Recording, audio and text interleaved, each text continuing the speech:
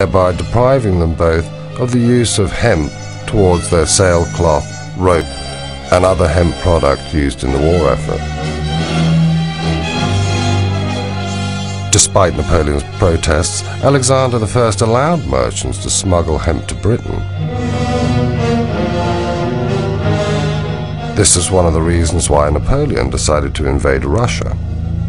But the severe early winter of 1812 forced him to withdraw his troops and led to the end of his empire.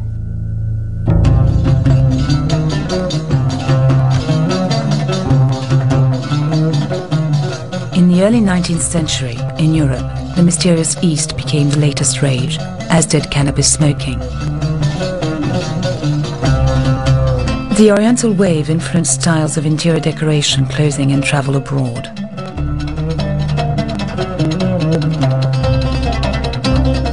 To be in fashion, people smoked hashish with the traditional water pipe and discovered its potent effects on lovemaking. In Paris, the famous Assassin Club was located at Hotel Pimodon. Artists and writers came here to eat Dr. Joseph Moreau de Tours' famous jam, which incorporated hashish. Among them were Théophile Gautier, Eugène Delacroix, Charles Baudelaire,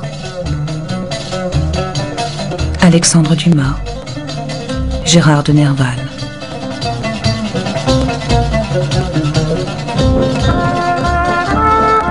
Queen Victoria also used hashish. She used tincture of cannabis, a popular method for alleviating period pains. She was also prescribed morphine or laudanum, another popular remedy for many complaints. In Amsterdam, cannabis, which had been imported from the Dutch colonies of South Africa since 1660, was smoked in coffee shops, a tradition that has survived until present day.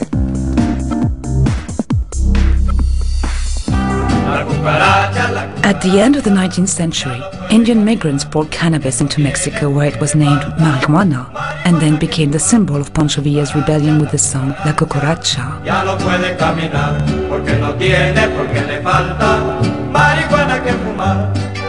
Mexican farmers on their side copied the Indian water retting process to prepare the fibers. They made every kind of product, from hats to bags and carpets.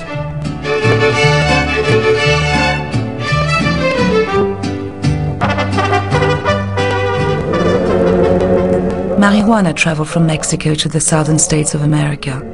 Black people working in the cotton plantations smoked it to try and soften their harsh lives, which were aggravated by the economic aftermath of the Civil War. Marijuana fever hit the suburbs of Louisville through Dixieland jazz and swing.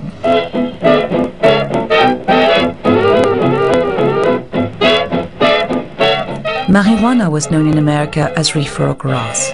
Within a few years, reefer songs spread widely from the music clubs which had appeared everywhere where the immigrant black communities settled.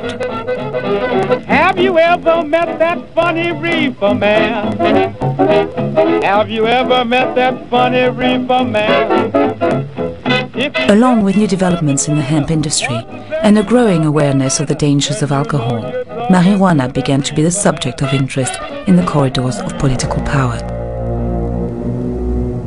In 1911, New Orleans and then Louisiana and Mississippi and a couple of states along the Mississippi River outlawed marijuana. Meanwhile, alcohol was increasingly being seen as a danger to society. American women lobbied for alcohol to be banned. They succeeded with prohibition, which led to illegal speakeasies, the proceeds of which enriched criminals and resulted in violence and gang warfare. Alcohol was legalized again in 1933. Then all of a sudden alcohol was becoming legal again, and all these agents didn't have anything to do, and Harry Anslinger thought, well, we should have a law against hemp, and so did William Randolph Hearst, and so did DuPont, and the three companies got together, and other people claimed the cotton industry joined in to outlaw hemp because it was making a huge comeback. And the reason it was making a huge comeback is that it took 200 to 300 hours to plant, harvest, and make ready for fiber acre of hemp.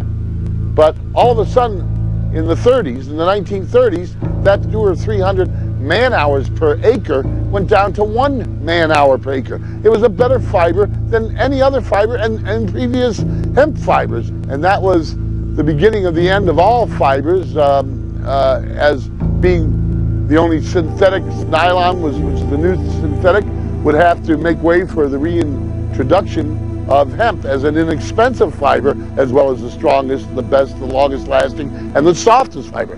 The government of the United States outlawed a fiber and forced the rest of the world to swallow it. They swallowed the outlawing of the #1 fiber on Earth for 10,000 years until the 1930s, and then they outlawed it completely.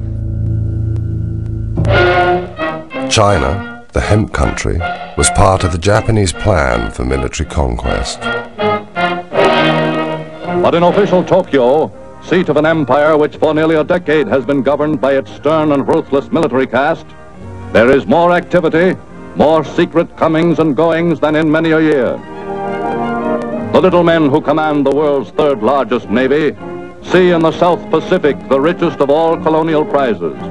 The Philippines, a group of 7,091 Pacific islands which, still under the protection of the U.S. flag, constitute the only major hazard to Japanese plans for new conquest in the war year of 1940.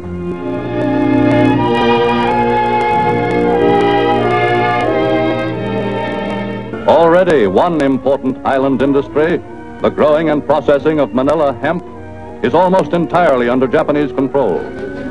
And within the past few years, by intensive cultivation, Japanese immigrant farmers have increased production of the one cash crop which has long been a virtual Philippine monopoly. The invasion of the two big hemp-producing countries, China and Philippines, was the start of hemp rationing. Hitler was also aware of the strategic importance of hemp, which was used in the making of canvas and ropes, both of which were an essential part of his war effort. In 1941, when the German army invaded Russia, it blocked Britain's supply of Russian hemp. Germany managed to develop her own hemp production, but the cultivation of this fiber, which had become so necessary in wartime, was still banned in Great Britain.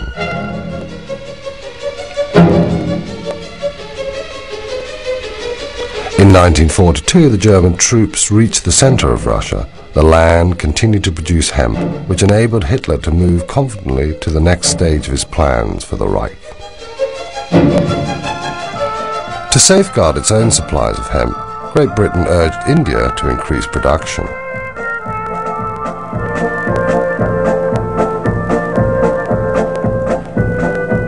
Meanwhile, war was spreading to Japan. Within little more than a year, Japan, successfully employing once again the deceit and treachery which had so well served her in the past, had taken the final desperate plunge. When Japan bombed Pearl Harbor, forcing the United States of America to declare war, Americans realized they were cut off from their hemp supplies. The U.S. Navy was totally dependent upon hemp for rot-resistant ropes for their ships, and for many other components.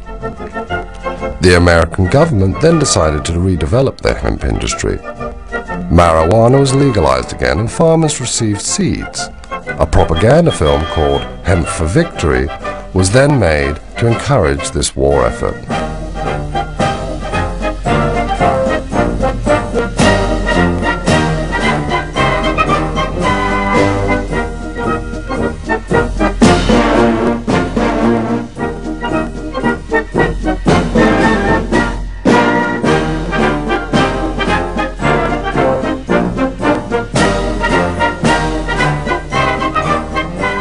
The Allies' air forces were completely reliant upon hemp.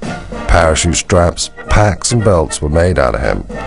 No other available fiber was so strong and so reliable under combat conditions. After General MacArthur had forced the Japanese to withdraw from the Philippines, hemp production soon reached pre-war levels again. After the war years, a new world arose from the ashes of the old. India gained independence.